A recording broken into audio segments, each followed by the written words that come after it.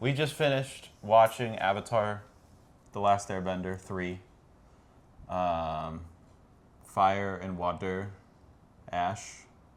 Ash and flame. Ash and flame. Ash and incense. Peppermint and incense. Avatar. By the same guy who did Terminator 2. The same guy who did Aliens. The same guy who did Titanic. Apparently, the same guy.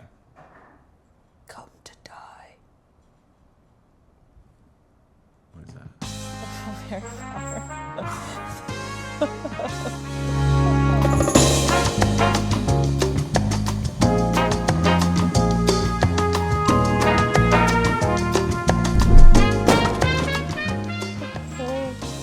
I fear we've lost a great director.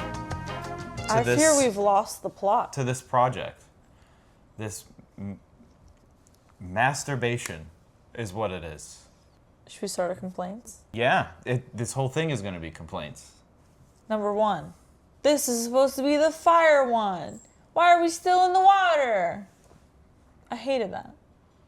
I'm sick of the water people. They're ugly. Because the first one is I don't forest. like the way their forearms The second are shaped. one is water. The third one is fire. But I feel like the fire people felt like such an afterthought in this movie.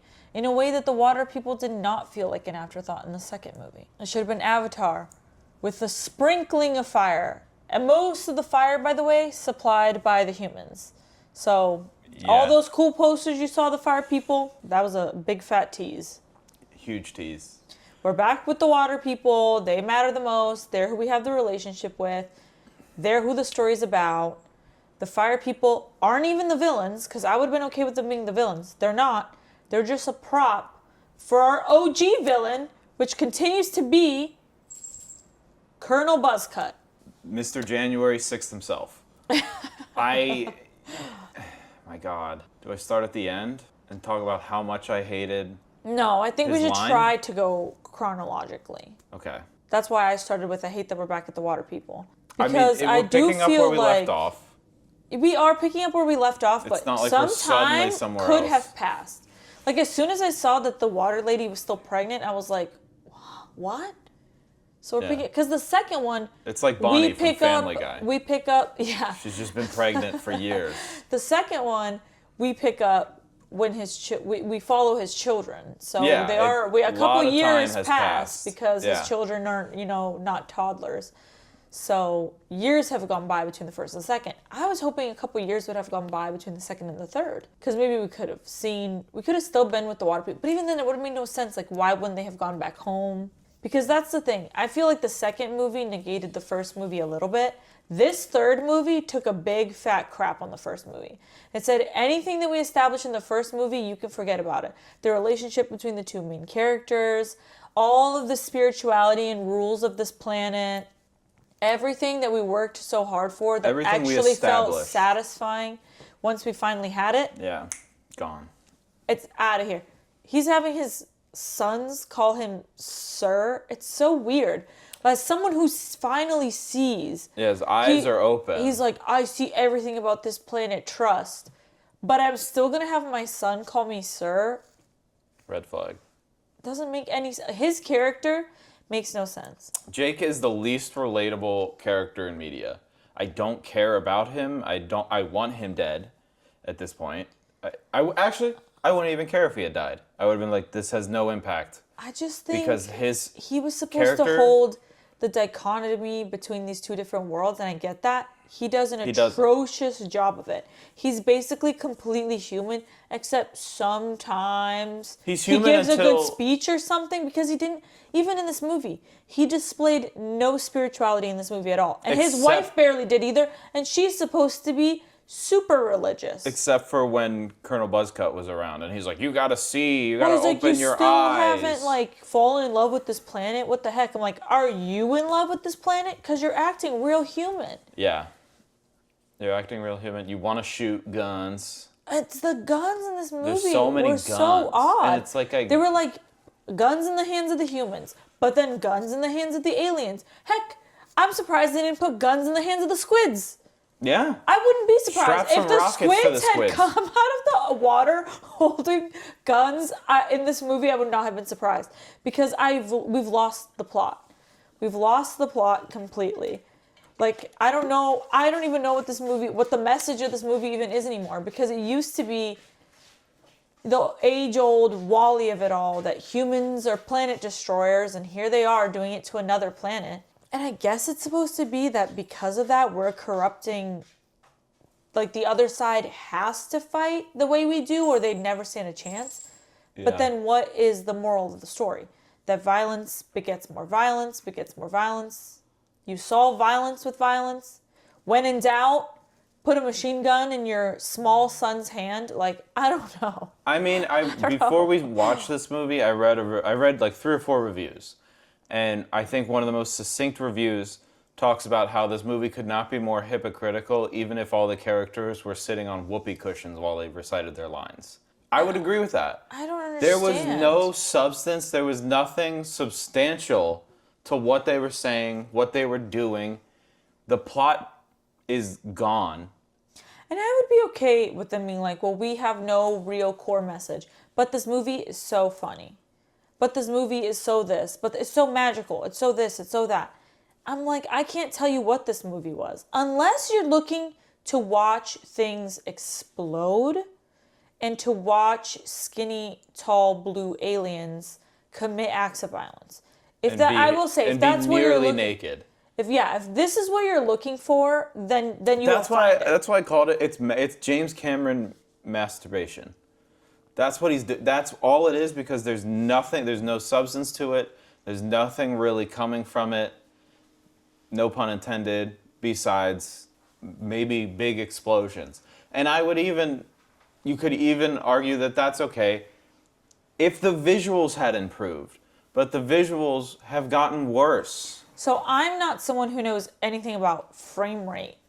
And even I was like, this movie is stuttering. Like, what's happening? It was so weird, shots. Because within a single scene, it would swap frame rates from 24 to 60. And it already opens with some, like an odd one already. It opens in 60.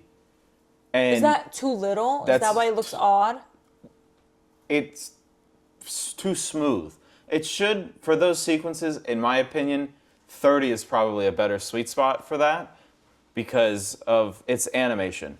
And it's a cartoon. Do not let this fool you.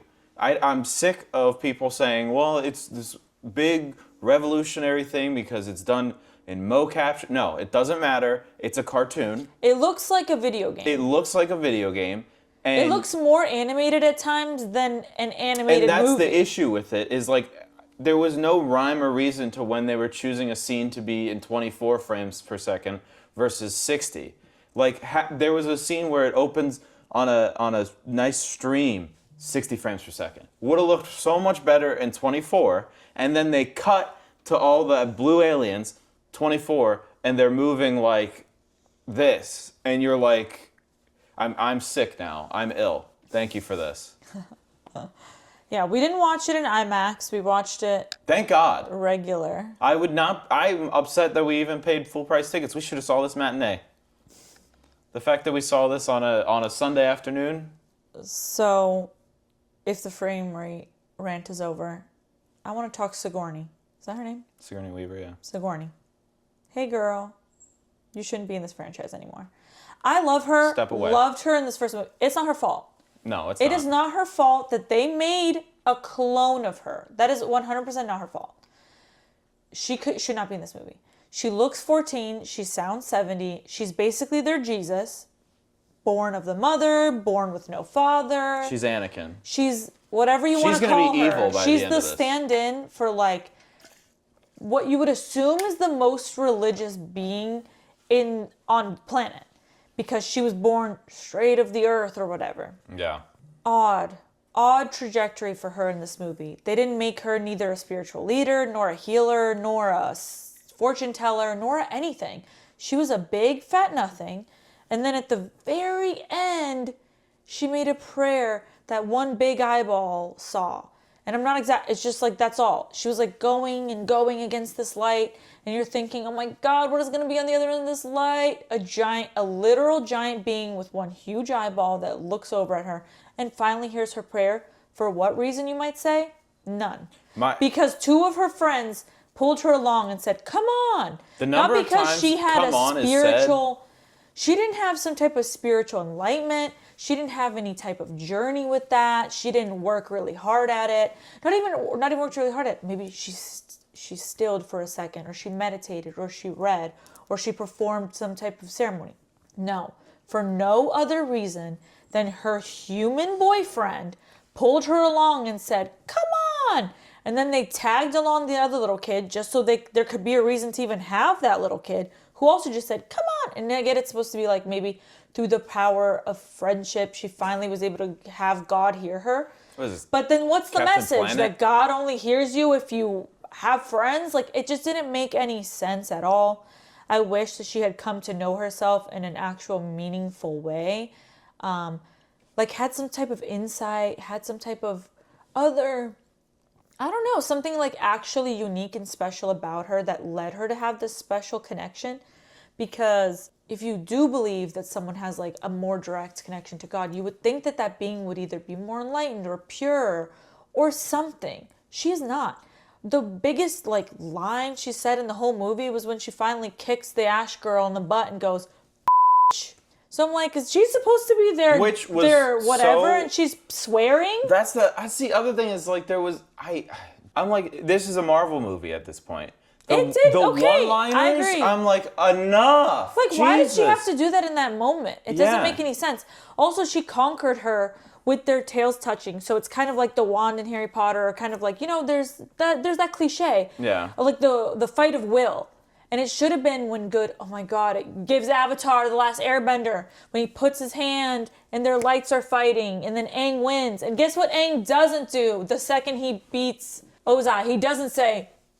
Rubs it in his face, yeah. Because he's the pure, more enlightened, more powerful being for a reason. Good wins out. Yeah. She should have said, like, leave her be. Like, as soon as she's beat, be like, guys, she's beat, and leave her be or something. Rubbing her face in it, I'm like, so why does she get to be closer to God than everybody else? If she's a human. If she's basically, she's a human. They're all human. Even the original character that's not supposed to be a human, I don't know her name, but the original... like Nani? The couple. Yeah, I know what you're talking about. Pocahontas. Blue Pocahontas. Yeah. She's supposed to be the one that's like the most connected and the most whatever, the most believing that there's a path. Like, even she loses her way in this movie. Doesn't accept her own children. That feels so out of character for her. Although I would have believed it more if they had brought this up in the second movie as her children are growing up. Why is she going to decide now that they're preteens that she's never fully accepted them? She's got a disdain for their pinkies. Literally. Like, it doesn't make any sense. I wish she had felt that way, either in the second movie or not at all. Because I also feel like the whole point of the first movie was that their love was so amazing and so pure that it transcended all these things. That she saw past all these things. She brought him into the fold. She didn't care that he was human. And then all of a sudden, in the future, when you think things would have gotten better, she's like, starts to have more disdain for him being human. You know why? Because I really do feel like the movie just shouldn't have had a sequel, because I do think that is realistic. I think they had a whatever lust-filled moment in the forest in the first movie. And guess what? When she took a step back, she was like, oh, I'm dating a racist. Like, I'm actually dating a human. Someone who knows nothing of my culture, someone who knows nothing of my people, someone who knows nothing of this land. I don't care that big bird accepted him. At the end of the day, he's literally like, I'm a vet. Like, that's his whole thing. Marine to Marine. I'm like, are you still a Marine, though? I thought the whole point was that you don't like warfare anymore. You don't want violence. You want peace. You want nature to reign. You want to follow the little seeds in the woods. Like, that all went to crap. Well, they're like, apparently what they're trying to say is that this middle movie is like where everyone's kind of lost their way, and like that's why there's the eclipse and there's the darkness, which I don't remember the eclipse from the second movie. I don't know if that was a thing or they just invented it for the third. Which, like, that's the other thing is, like, I thought all these were already written because this really gives that it was written in the 90s. It's Jurassic Park meets Star Wars meets Alien. Like, and it's crap. It's an amalgamation of, like, the worst tropes of all those movies. It's not anything good. You have the guy with one robotic arm who I'm pretty sure his arm was bitten off by a raptor. And then you have Sigourney Weaver. Is this Alien? And then you have the marine biologist that could be in Jurassic Park as well. And then it's like you have these ships that are giant and amphibious and everything. And I don't know, there's just so much going on. And don't even get me started on the papyrus font. Drop the font. Pick anything else. Calibri, Arno Pro, something. I think for something Times this New Roman. expensive, make one. Make a font, yeah. I don't want to feel like I could see this on Word. It looks like a shitty YouTube video made in Windows Movie Maker. Like, it literally is like my top 5 favorite Maroon 5 songs in the papyrus font. And then it's like, She Will Be Loved in the papyrus font. And it's like, okay, this is crap. And the papyrus font makes me think of the whale. And it just makes me feel like since the first movie, because the first movie, I don't remember it well enough to like speak to it too much, but I do feel like some things felt like it was earned. Like it really did feel like in some ways he did have to earn his. Nothing is earned in the next two. Boy befriends whale in 2 seconds, now they're besties. Like nothing is earned. Everything that you think is gonna matter doesn't matter. And then even like him and being in the ocean for so long, it's so arduous. Yeah, but we only see like 2 scenes of it. It's implied that he's there a long time fighting really hard because he's a little sunburnt. But that's it. Like everything's implied. We don't get to see anybody's journey fully. It's just like little things start to happen all over the place. And I told you this in the car. But like anytime we get on the razor's edge of something happening, someone has a knife to somebody's throat, someone has a hand on a button, someone has this, they're going, and then they go, and nothing happens. So you think something, finally something's gonna happen. Like when, again, I don't know her name, has the other lady by the braid. Mm-hmm. I was like, oh my God, finally someone has this girl by the braid. And she's literally immediately thwarted. It's like a literal knife to anybody's neck in this movie meant nothing because the person was just going to go whoop and they were going to go and that was it. So what is the point? Yeah, even when you have somebody pinned down, it doesn't matter in this movie. But even like a nick on the braid, like show what happens if it's a couple threads like bling, bling. Like like she doesn't. This is not a threat. Yeah. She will do it. Yeah. She's holding you hostage. Or like when she does get thwarted, like the blade does trim into it a little bit. Or it matters like to the I don't know the villain's name either, but the fire lady. Maybe once that happened to her, maybe she would grip her braid and maybe for one split second she'd think about the fact that she's cut off 100 of these. Yeah. And she was this close to getting hers cut off. If it meant anything, if anything in this movie meant anything. And do you want to talk about her character as being a waste? I would like to welcome everyone into Women's Corner. Can you edit something? Women's Corner. I don't want to be that person, but I fear I must. None of the women in this movie mattered. They were all props, which would have been okay with. That sometimes happens, especially like in action movies or sometime in horror movies. Sometimes women are props, okay? We're used to it. Don't pretend we're not, okay? If a woman's a prop in a movie, make her a prop in a movie. Don't pretend she isn't. Y'all created what could have been the most badass character. She has one single string as her only piece of outfit, okay? That speaks power to me. And she's leading an entire tribe and she loves chaos and she's crazy and she's drugging people. And I'm thinking, hell yeah, sister. Like, it's cool to watch her just enjoy chaos and be such a boss and be so ruthless. Like, she was cool to me. And the second she meets the colonel, she's his little lapdog. Yeah. She brings him into her tent, drugs him, and you think, oh my God, it's going to happen. Yeah. I really thought, like, I was actually going to be really impressed. I was like, oh my God. So the colonel isn't the villain in this movie. She's going to use him as a means to her end. She's the villain in this movie. He's going to be whipped. Like, oh my gosh, It's gonna be so powerful to watch him instead of having the like beautiful version that like Jake Sully and what's her face had.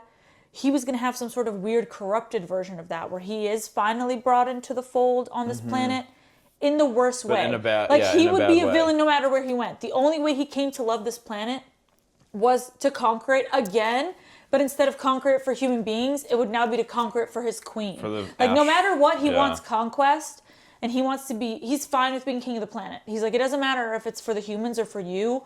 I just want to be, king of the planet or something. I was like, oh wow. Or like he's straight up doing ayahuasca.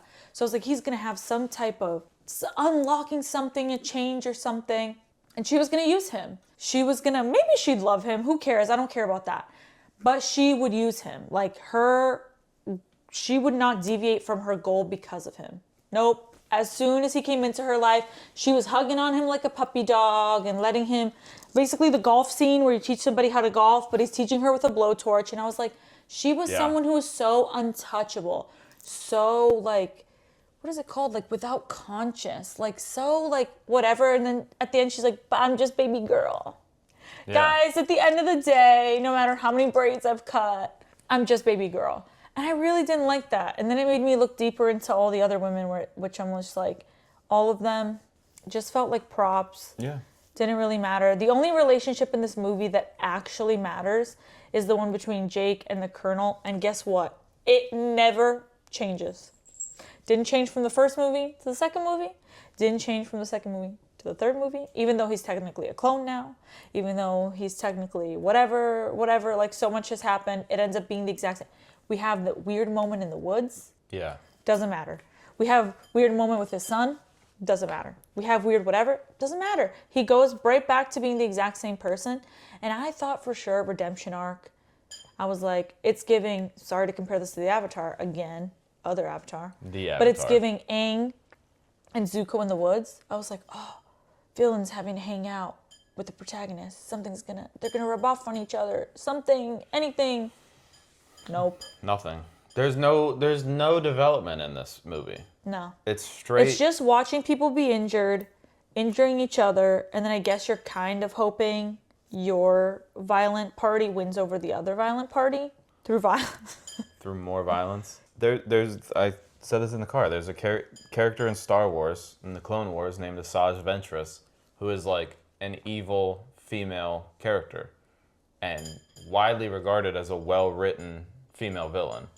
And she's super badass, she's super cool, she's overpowered half the time, like it's great. But that's who I was reminded of when this one first appeared on screen in Avatar. And immediately that was gone.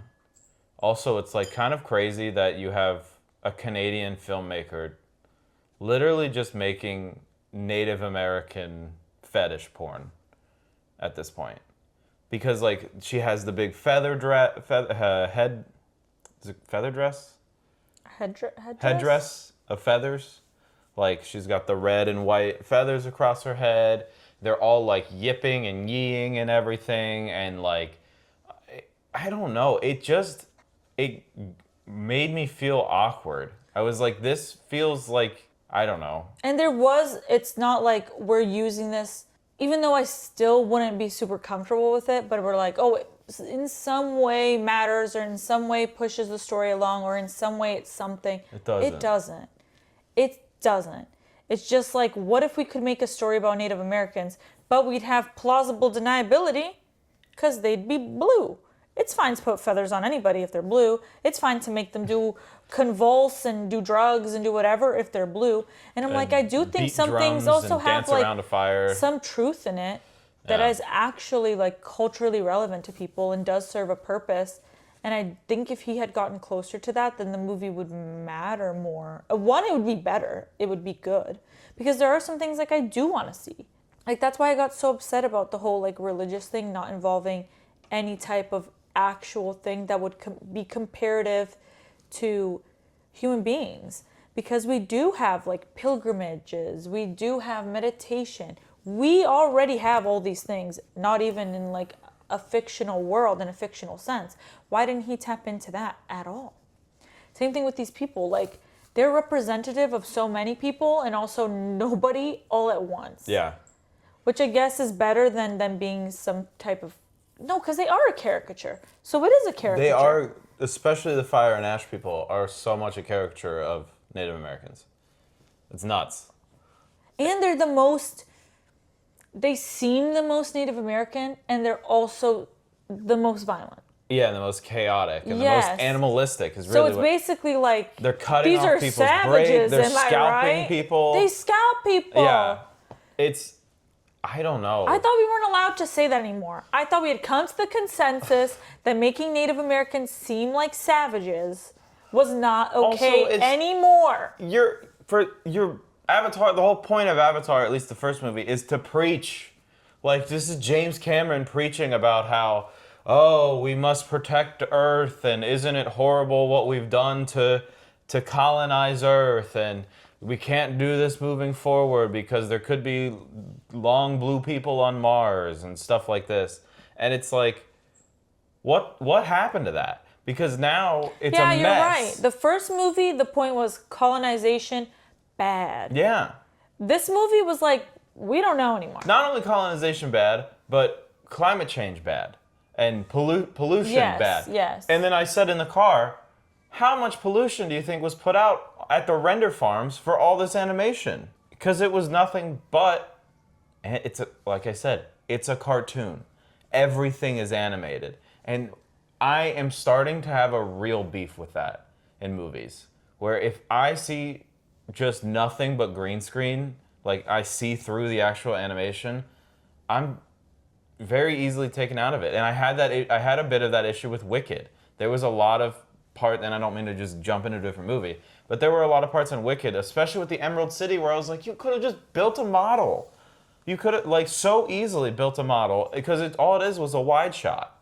I don't disagree with you there. I have less of an eye for that, but I did really enjoy the Wicked visuals. Mm-hmm. I did not really enjoy the visuals in Avatar because we had seen them.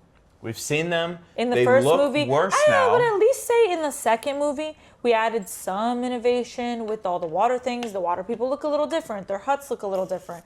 Their animals look a little different. Look a little different.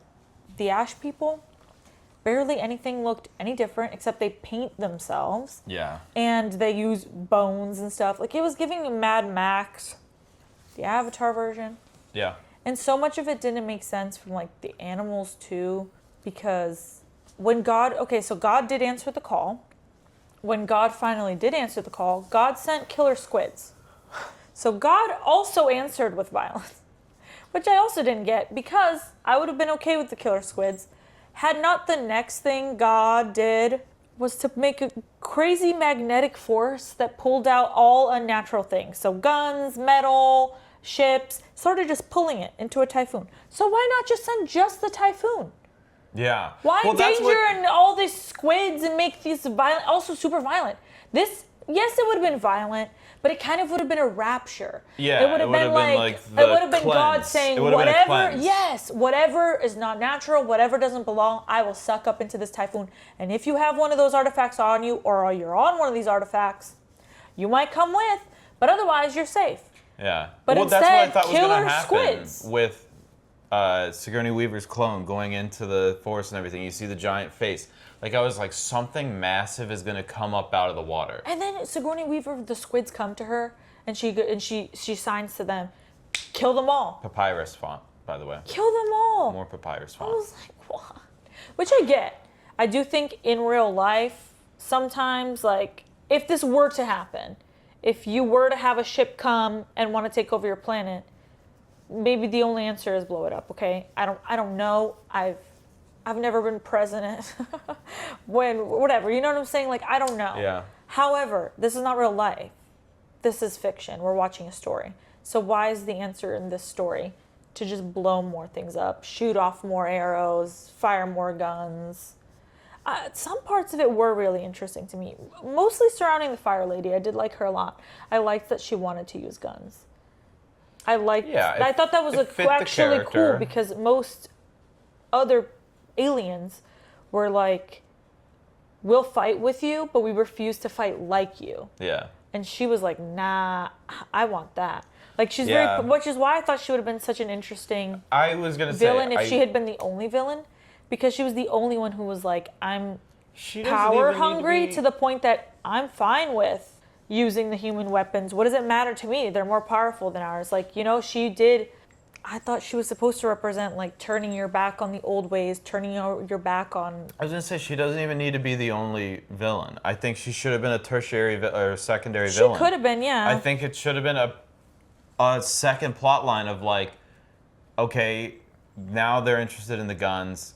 Colonel Buzzcut gives them guns. Now Colonel Buzzcut's kind of fucked because he gave them guns. Like maybe he was a little like mystified by them and gave them guns. It had no consequence at all that they now had guns, except the action sequence, the final battle was just 30 minutes longer. Because if you're thinking about it like this, okay, you're the chief fire lady. Your goal, I guess, is to expand your clan. Also, her motives were a little ambiguous, but let's say that's what it is. It's to expand your clan. Why? How would you do that, knowing that the biggest risk is that human beings are going to take over the whole planet? Because human beings don't care if you're fire, water, forest. They don't care. They're taking over the whole thing. Yeah. So her being like, I'm going to take it over first. Okay, they're going to take it right out of your hands. So it would have been interesting if she had been like, I want to defeat humans. I want humans out of here. And when everything is discombobulated, I want to be queen of the world or whatever. But it didn't make any sense for her to be like, I want to be queen of the world while human beings are there. Yeah. Unless she like, that's what I mean. I think she could have struck maybe a deal. Like, I will let you guys take resources or do this or do that so long as you have the rest of the people answer to me, or so long as whatever. Like, I don't know, try to... but then she would have needed something. She would have needed to either have information that character or just have... could have been so much more flushed out, and it was a waste. It was a waste of a character. They just knew the next one needed to be fired. That's what it felt like. They're like, well, we've done water. Yeah, we did water. Air was the first one, we were flying. Second one, we swam. Yeah. Well, we got to do fire in the next one. Which we didn't even do anything with fire. Fire was insignificant, other than fire burns things down. There's no beauty to fire in this movie at all.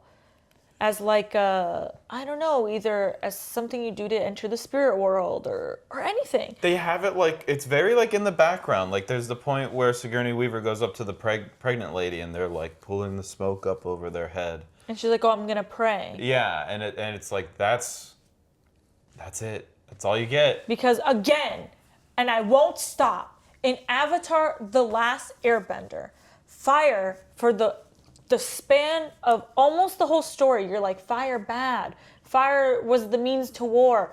They're the violent people because they're the fire people. Because what can fire be but destruction? And then what is discovered in the last season?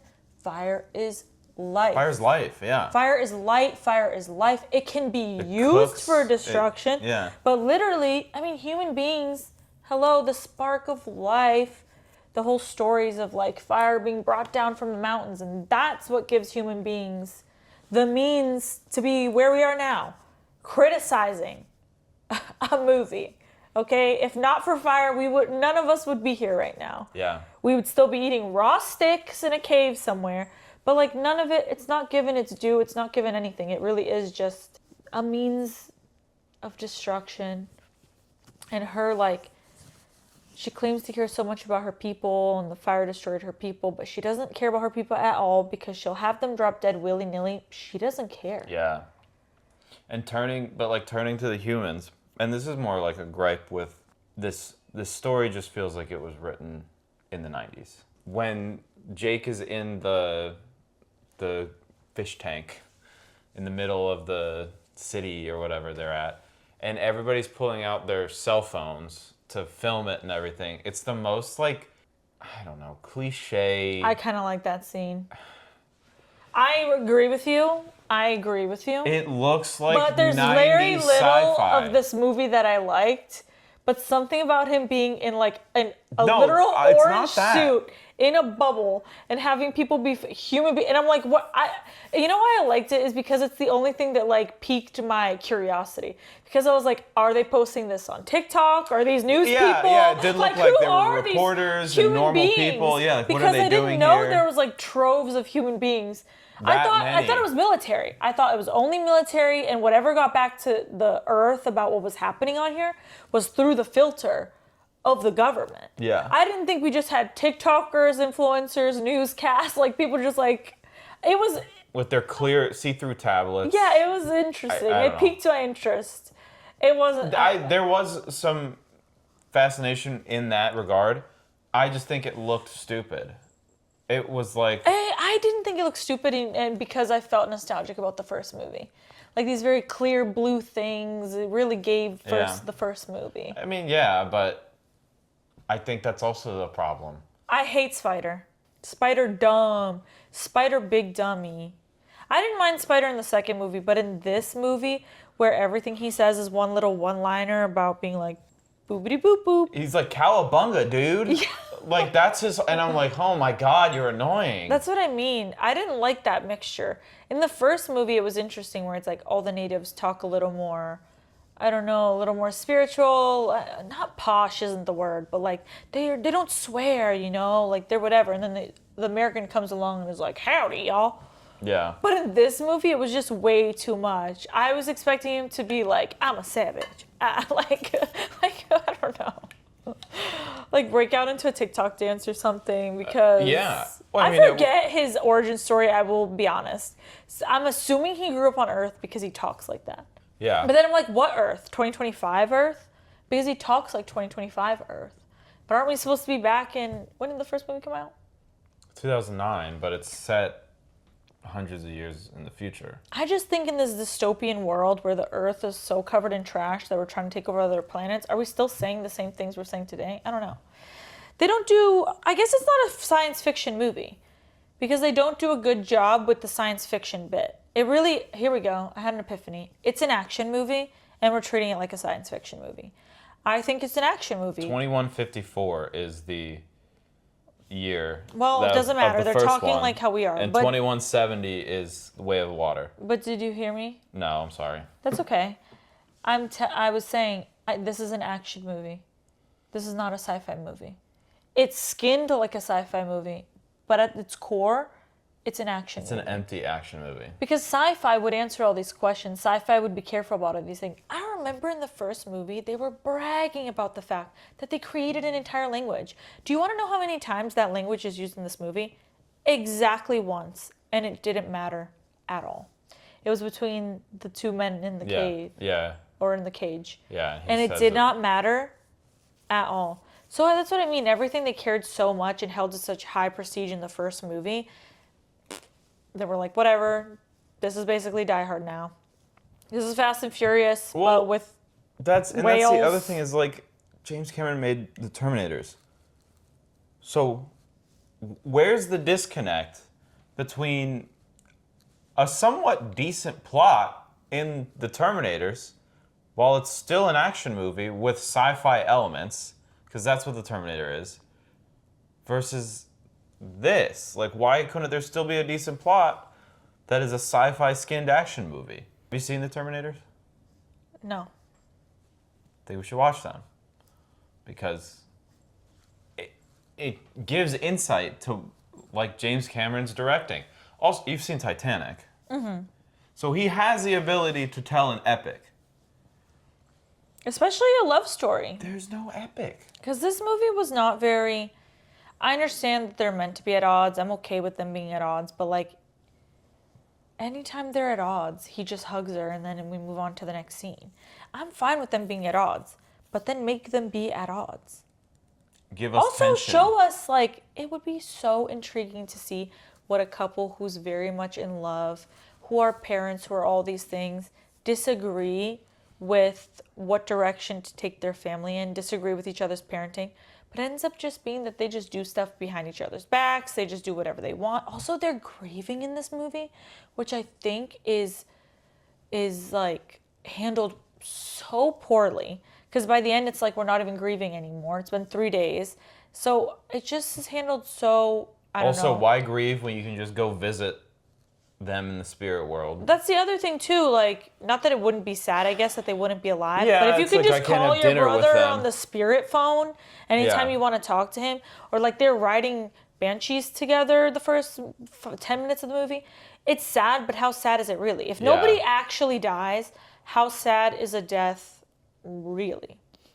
To my women's corner point, I did like when she was saying like, oh, I can't disagree with my husband.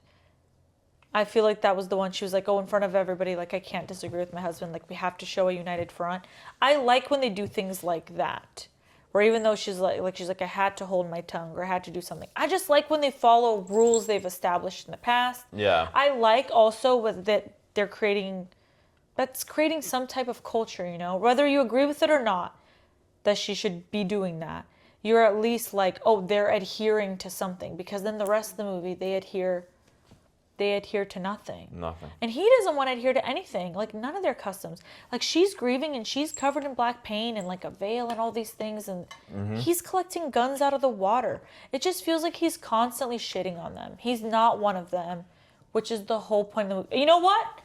He's not one of them, and thus he should not have dreads. Why does this man and Spider have dreads? I have beef with that. I have beef with the dreads. I guess they can't cut their. They don't have scissors. They have knives. Sigourney Weaver has straight hair. Yeah, but she's dead. Kitty has straight hair. Yeah, I guess that's true. She has spiky little straight hair, and then her braid, Yeah. He could have, hello, baby, the Colonel has a buzz cut. I get it. He can't look like Jim from The Office without a braid coming out or something, but then figure something else out. I'm sorry, figure something else out. No, I agree. As the actor, I would have been like, you're going to do what? That's Please the don't. thing is like Please don't. to me now I saw Avatar the first one very late. It was like 2022 we watched it together. It was the first time I ever saw it, whenever the second one came out. And in my point of view, I always saw Avatar as this super preachy, like super PC, like we have to do things the right way. We can't be offending people and all this stuff. Like, because I thought it was that type of movie where it's like colonization bad, climate change bad, which is like the tropes of super PC and, to use the word, super liberal media or whatever. Which, like, fine. But why is this... I mean, I hate that I'm even saying this. Why is there a white savior? That makes no sense to me. It makes zero sense. A white savior... and done so poorly. Not that I think a white savior could be done well, but then at the very least, in the first movie, they were like, but he's not anymore because he's been brought into the fold. Don't you get it? I still don't get it. But at least that's what they were trying to do. It needs a little bit of tact. In this movie, it was like, no, he wants to be called sir. Yeah. He wants to do this. He wants to take his kids to church. Yeah, and literally he's like... I don't know. Yeah, it is a movie. It is a white savior movie. It is a Pocahontas movie. It's done. It's so bad. Pokey. It's in bad taste. It's in bad taste. Avatar is in terrible taste. It's in bad taste. I'm like, why are these billion-dollar movies? They do not warrant the billion-dollar box office at all. Yeah. I mean, neither did Avengers. Because it is always up to him. Because I do think, like, back when the first movie was made, a white savior movie maybe wouldn't immediately be recognized by the audience as a white savior movie. Because, whatever. But in 2025, let's call it how it is, and thus let him pass on the torch or something. Like, I mean, or not make it at all, but do something. Do anything. Like, the non-human characters mattered not at all. Not at all. It became a story almost completely solely about humans. Yeah, I mean, the whole story... Because at least in the first one, there were a lot of alien characters that mattered.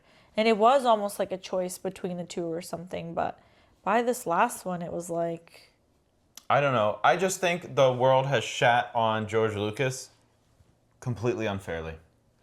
Does Aliens well. Does Love Stories well. Does... Like, shit on the prequels all you want.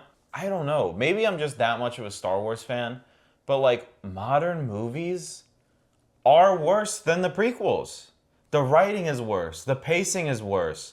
Just the ideas behind the movies are there's so much less originality. And the prequels weren't even original. It was a 30-year-old idea already, Star Wars.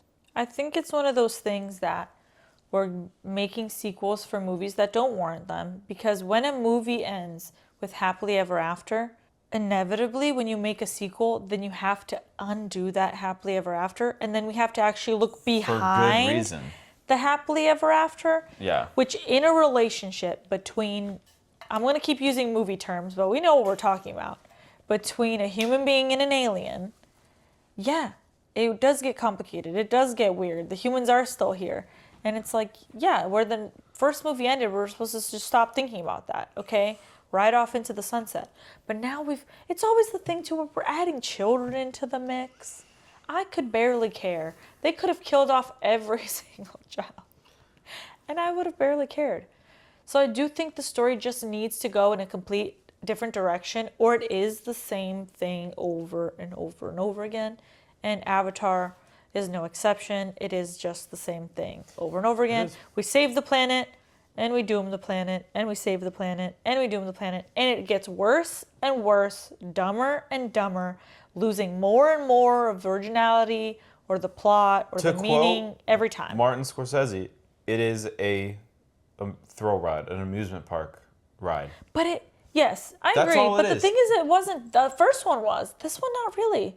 Not so much. I felt like I wasn't entertained, and I was not watching with a critical eye. I knew exactly what I was getting into. He and I loved talking about the second one so much. I was like, let's talk about the third one. I feel like the third one wasn't even that fun to talk about.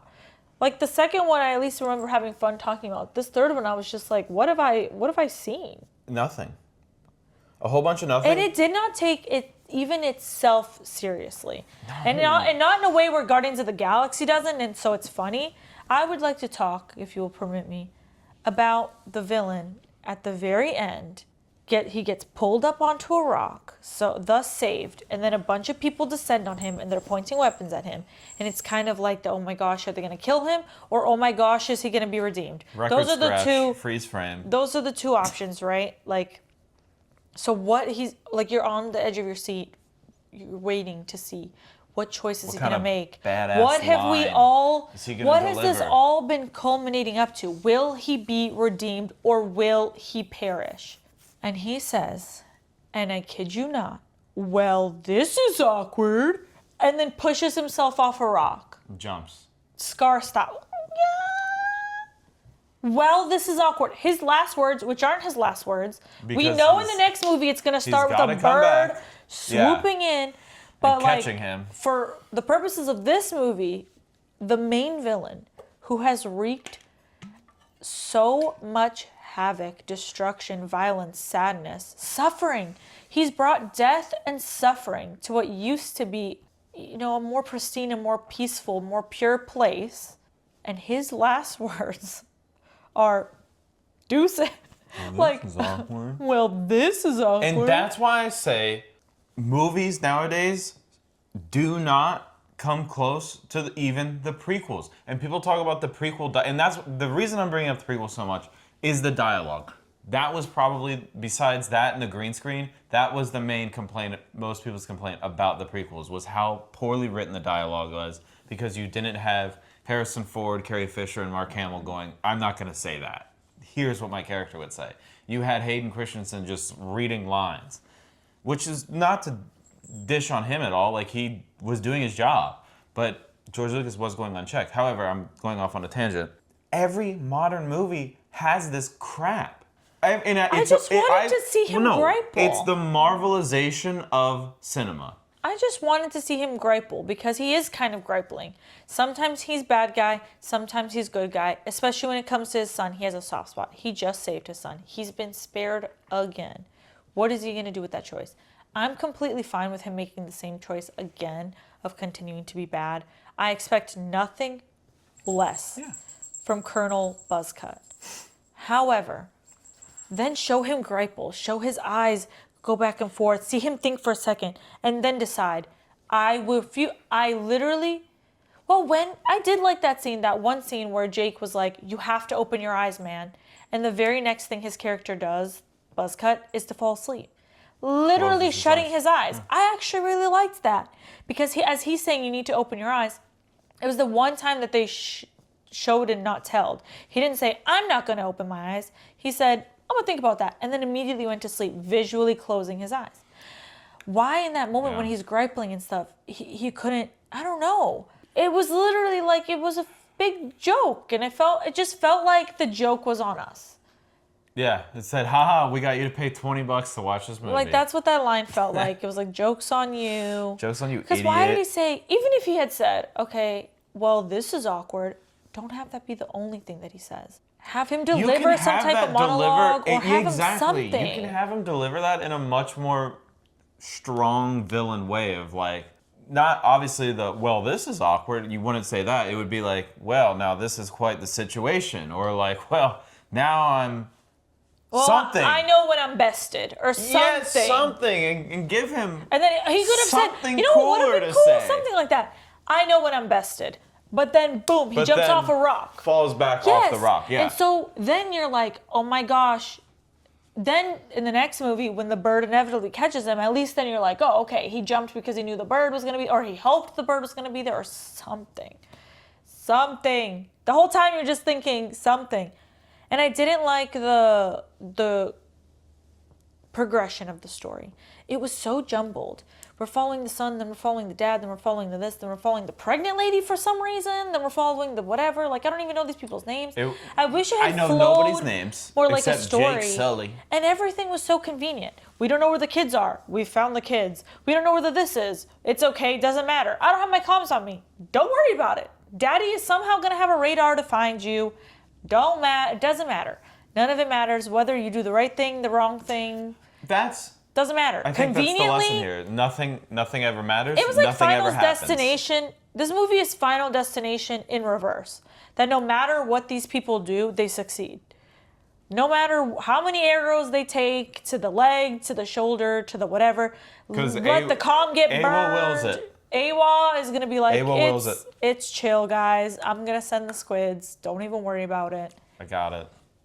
It doesn't matter. You've died? Oh, wait, your mask died? Brother, don't even worry about it. Lay in this grass. Yeah, it's chill. It's chill. Have you ever seen Last of Us? Open your mouth, eat the mushroom. Have You're some going to be fungus fine. inside you. You're good. You're going to be fine. No repercussions to that, by the way. Totally compatible with the human body to be 90% made of fungus. We were basically made for that. It's not as if on Earth that would be a death sentence. No, this is special spirit mushroom. Just don't think about it too hard. Don't think about it too hard. And I didn't. This movie's so frustrating. I really tried during the whole thing not to think about it too hard. It's so But even frustrating. then, it just wasn't fun. I think what should have happened is we should have waited another 15 years before the third one. It should just be 15 years between every movie. Because then you can actually have a reason for everybody to go en masse to the movie theaters and watch this. Did the director also write the movie? Yes, with 2 other people. Because that's always my qualm with these things is like, I've never made anything, okay? I understand it's easier to be a critic than it is to make something, especially a movie. We saw the documentary of the making of the Star Wars, and that movie should have never been made. That's how hard it is to make a movie. However, why do you have to do it all alone? If I had already written a story that I thought was good, I don't think it's realistic that I do that twice more. I don't think that's realistic. What if I only had that story in me? Like, inspiration is not something we can control. Creativity is not something we can control. Maybe that story meant a lot to you, so you made it really well, and now you're being asked at gunpoint to make 2 more. Let's hire writers. Let's hire people who have original ideas, who have a story to tell, and then let's put the skin of our movie on that story. So we're making almost a completely different story, but in the same world. Okay. So, not to interrupt, I'm sorry. No, you didn't. I was done. The second credited screenplay writer did the Planet of the Apes movies, the modern ones. His wife was also on this, who also did the Planet of the Apes movies. I personally don't like the Planet of the Apes movies they're pretty notoriously cheesy. No, because I don't like the violence. The third screenplay writer also worked on Planet of the Apes, and then also did the Sarah Connor Chronicles, the TV show, the Snowpiercer TV show, and then let's just go ahead and watch and see who the fourth one did. He's going to do Avatar 4. He did Aliens vs. Predator Requiem. I wanted more iconic things. Either more iconic outfits, or more iconic music, or more iconic visuals, or more iconic something.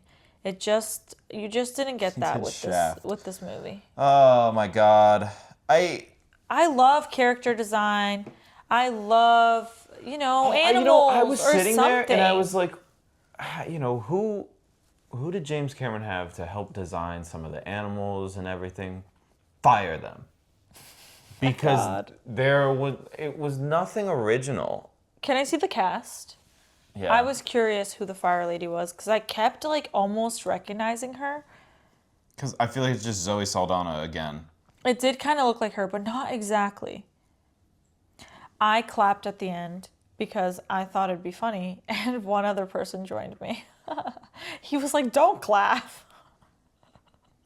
But I thought it'd be funny, and I did, and one other person joined me, and it was hilarious to have one other person join me.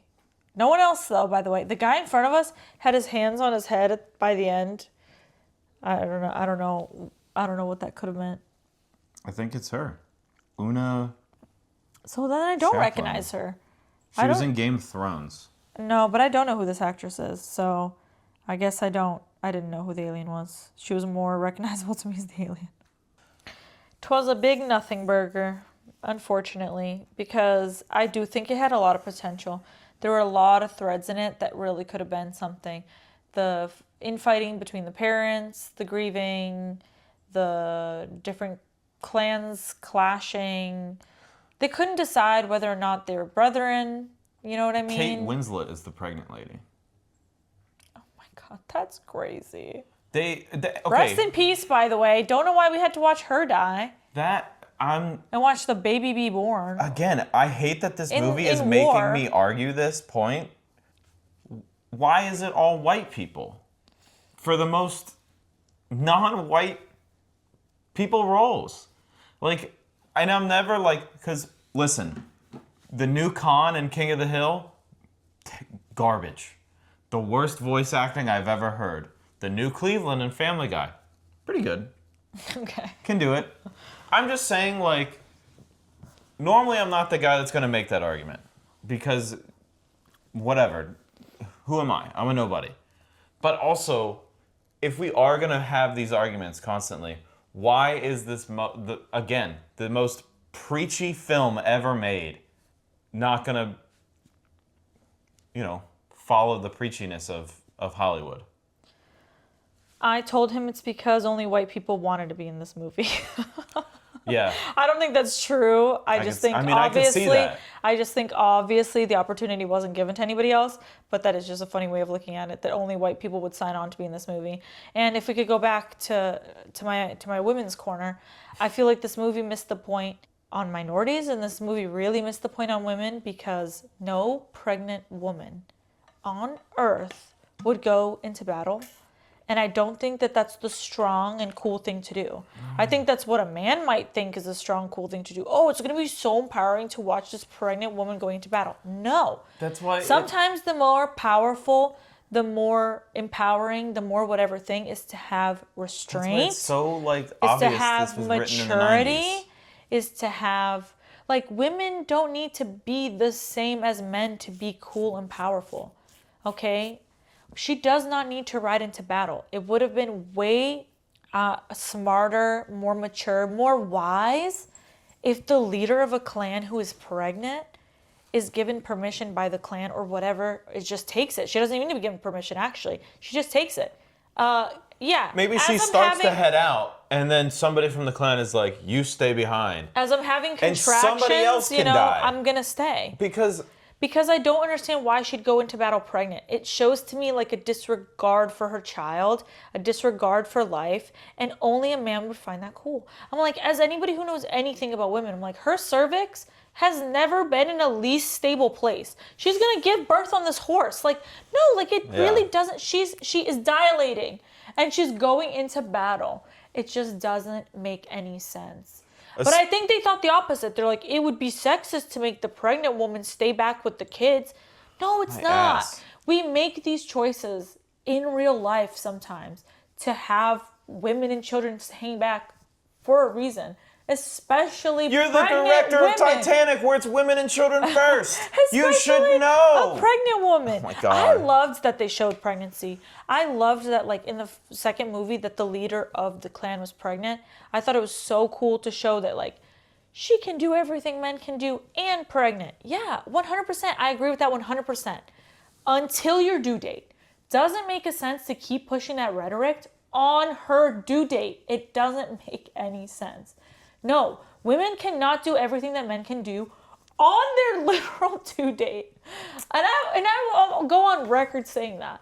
This baby is crowning. If I'm crowning, all right, I'm not making it to the board meeting. Sorry. If I'm crowning, I'm not riding off into battle. I'm not. First of all, not physically possible. She would have been having contractions, riding in pain. Like, she would have had to hang back, and that would have been okay. This is also a movie that has a plethora of other women characters who are fighting. It's not as if she's the only one. So that made no sense. I just felt in general this movie had no regard for life, no regard for suffering. It just was like action, action, action, action. Because if these women had the wisdom that they're supposed to be endowed with, that we're supposed to imply through aesthetics and through whatever, then they would know that this pregnant woman should hang back. Even at the cost, but like whatever, it's doomsday. Yeah, even on doomsday, if it's your due date, you should hang back in a cave. Yeah. Because you're useless. They showed her doing hours of battle, and I'm like, no, she would have been useless. She would have fallen off the horse first thing, and then what? She's Also, that actually baby's endangering people by going out, because wouldn't you think, like, if this happened in real life, that a lot of people would be very worried about the pregnant lady? Like, you're causing a scene. Hang back in the cave. Your baby's gonna die. Scene. Yeah, he's getting shaken babies. In the womb. It's in the canal. Like, what are you doing? Yeah. Where are you going? Also, an unnecessary death, where you could have had somebody die and be more meaningful. Well, they killed off the son we didn't care about in the second one, and then they killed off this lady that we didn't care about in the first one. This movie is not brave. It is scared to do these movies are scared to do something. Yeah, because we couldn't even kill Sigourney. We couldn't kill Buzzcut. We couldn't kill Spider. We couldn't kill anybody. We made characters in order to kill them. Here's a random pregnant lady. She's dead. Oh, it's supposed to symbolize the circle of life because the mother died, but the baby got to live. Didn't we already symbolize that when Sigourney birthed Jesus? Another thing Star Wars does well. What? Important character death.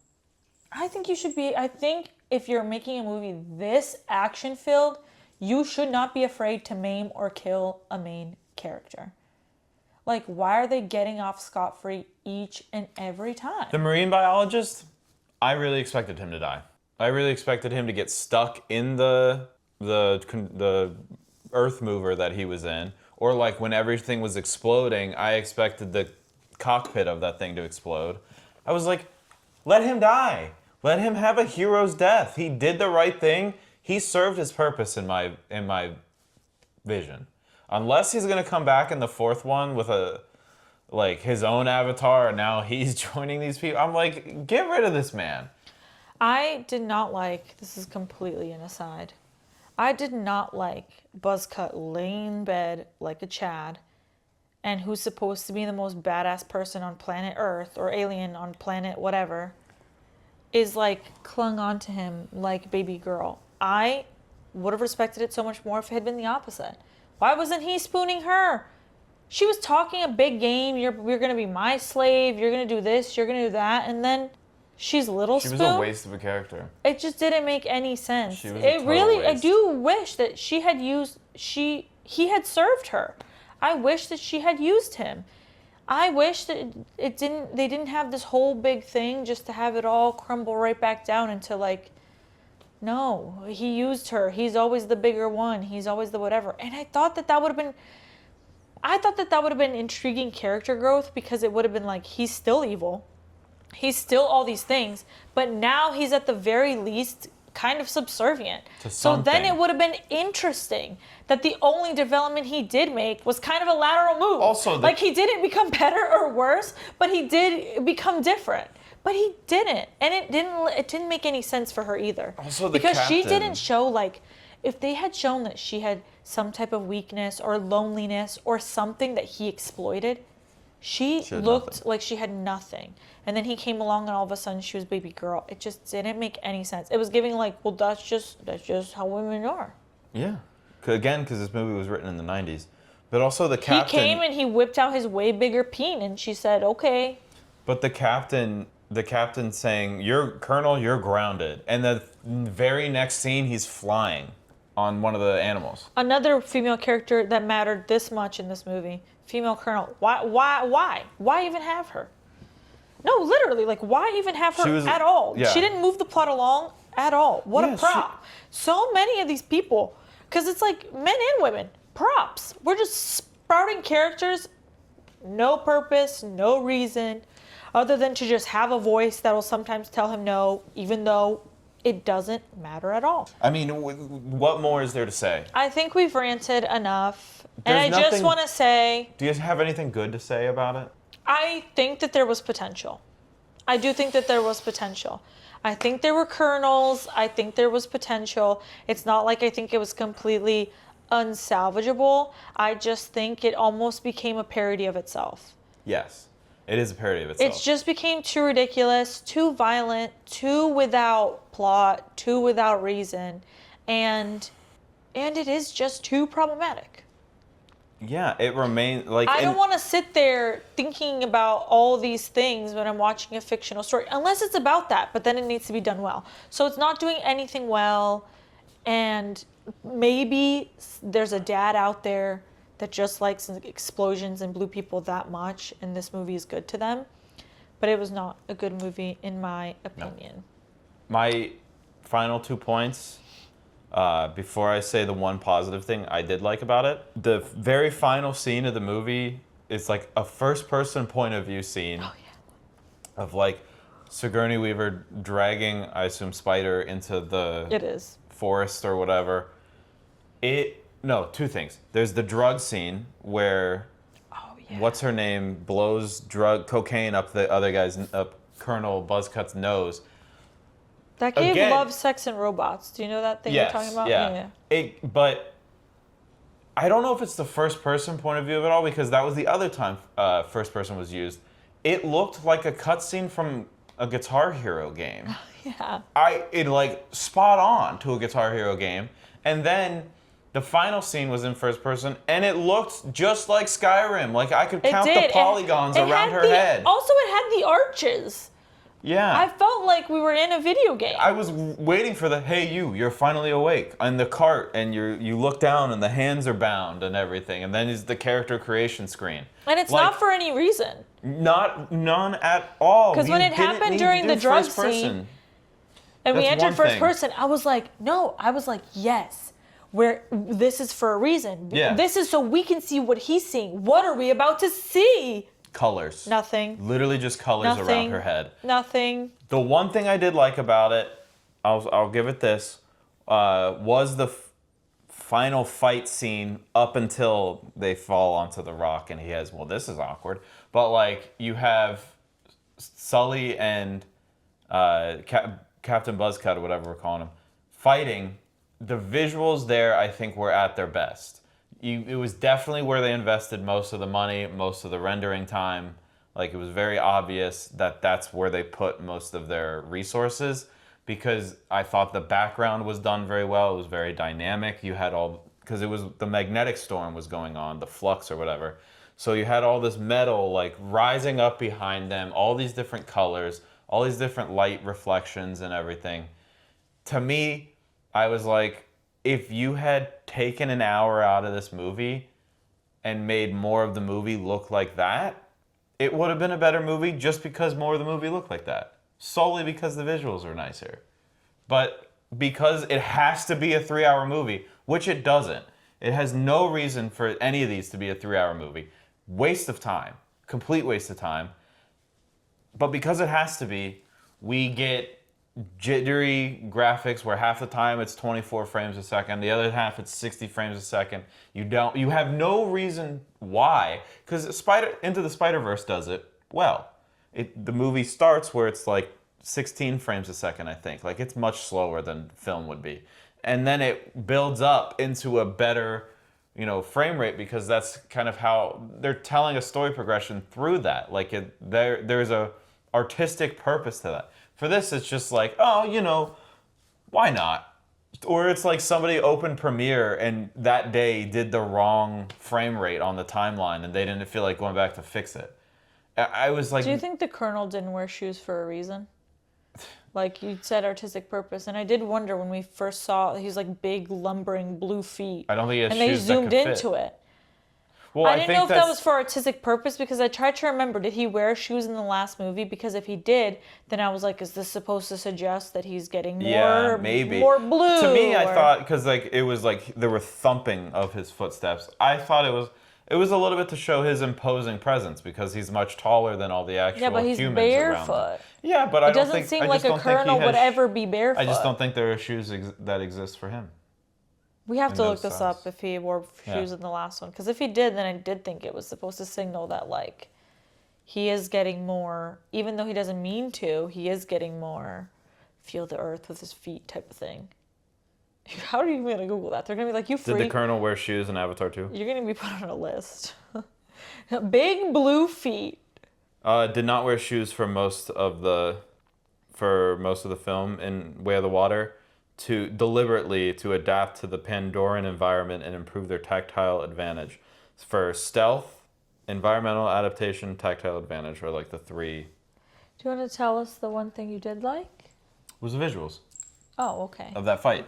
I thought that fight scene was done really well. Again, I'm reminded of the prequels. Again, I'm like, this whole shebang of Avatar, to me, is James Cameron went, I want my own Star Wars. That's it. That's all it gives. And it makes sense that he was writing, I looked it up, he wrote the original script in 1995 for Avatar 1, which was the same year that The Fifth Element came out, which was the prototype for the prequels. George Lucas worked on The Fifth Element with whoever the director is, I'll put it down there, solely to do a proof of concept for the prequels. So it's like, yeah, James Cameron was probably like, well, if Steven Spielberg and George Lucas and all these other guys get to do their big Star Wars, I'm going to do my own. And it's like, just do your own then. You know what I also, you have really Terminator. liked? Why do you need to do your own? You know what I really liked? Pissed. The Mandalorian trailer. Yes, the Mandalorian trailer played before the movie. Grogu's so cute. It's a real puppet, folks. Let's go. He's so cute. That's hype. I really want to see that movie. Yeah, we're going to be seeing that movie I really in want May. to see that movie. It made me want to watch Mandalorian, the TV show, again. I've only seen the first season, and I'm like, maybe we'll go back and revisit it. Yeah, and even though we have just been like taking a big fat duty on this movie for who knows how long, I do just want to say it's a feat. It's a feat in and of itself. Probably a lot of people worked really hard on it. I wish it had more, for their sake, I wish it just had more creative direction and more purpose, because, but again, maybe we're just not enjoying it as it's meant to be enjoyed. But I think even the people who used to enjoy just the violence and the visuals, that has to be getting old. It's too much of a turn your brain off movie when we have Marvel fatigue. That I think is the biggest issue with this, is it's been Marvelized and we have Marvel fatigue. He and I have also been watching almost exclusively old movies, very old. Like from the 30s to the 50s type. Yeah. Or 60s. Into the 70s sometimes. Sometimes. With a few like more modern. Random 80s, random 90s, yeah, but mostly we're sticking to like the 30s to 70s. Those 40 years, because there's a lot that goes on there. I also feel like that has kind of Not to say there aren't bad movies. There are. No, there are. We've watched a couple duds, a couple boring ones or whatever. But I don't know. They have been more intriguing. This movie did not pique my curiosity, didn't pique my creativity. I think the first one did, because it was all so new. like a lot of people were talking about the blue people, but now it's just the blue people again and 20 years later. So Yeah. it's less exciting. Just more blue people. It's less exciting. I don't know. I feel like movies in general right now are at a very low point. Probably the lowest ever, in my opinion. And that could just be a sensationalist take and maybe a bit of a depressive take. But it is how I feel. There's a lot, and there's just a lot of like popular movies that aren't necessarily, making the cut. Like, I just think certain rules should be followed. Like, I've never taken any class or anything. I don't have a degree. This is just an opinion from the things I've seen. But I know that there are certain rules that you should follow in order to have things be iconic. For example, with character design, the silhouette is very important. All these characters, if you were to turn them into a silhouette, they'd all look the same. all their profiles look the same. They all look the same. They're all stretched out, Laffy Taffy, blue. I just wish there was some variance, something that would make it different. Even the water people, they don't look that different. Oh my gosh, at one point, Jake Sully was like, if we were to bum rush you right now, they wouldn't know what to shoot, because to them, we all look the same. I was like, you all do. I can't tell who's the actor or the actress behind any of these digital blue people. You do kind of all look the same. And that's another issue. It's like, if it's such a mo-capture feat. I think they should have gotten away from that. Like, I understand in the first movie that they did that, but we should have by now, by the third movie, have found a clan that looks unique. And not just thicker forearms for swim. For swimming. Yeah. Yeah. I love you. This was so much fun. Thank you for taking me to the movie. Of course. I love taking you to movies. I did enjoy it. I just wish there were better movies to take you to. I did enjoy it. I liked Wicked. Wicked was fun. Surprisingly, I did not see the first one, but it was an enjoyable movie. People like the first one more than the second, so if you like the second, you probably like the first one. I don't want to taint it. That's okay. I want to watch Star Wars now. I really like Star Wars. I do think Star Wars does this well. Well, it's problematic in its own way if we're going to get into that, but I'd rather not. It's not. I like every decision George Lucas made. I don't. I do not stand by every decision he's made. No, I think the Nemoidians... But he made an intriguing story. He did. I do find it intriguing. In a way, this movie hasn't been since the first one. I didn't even find the first Avatar that interesting, frankly. Like, I don't know. I think it was...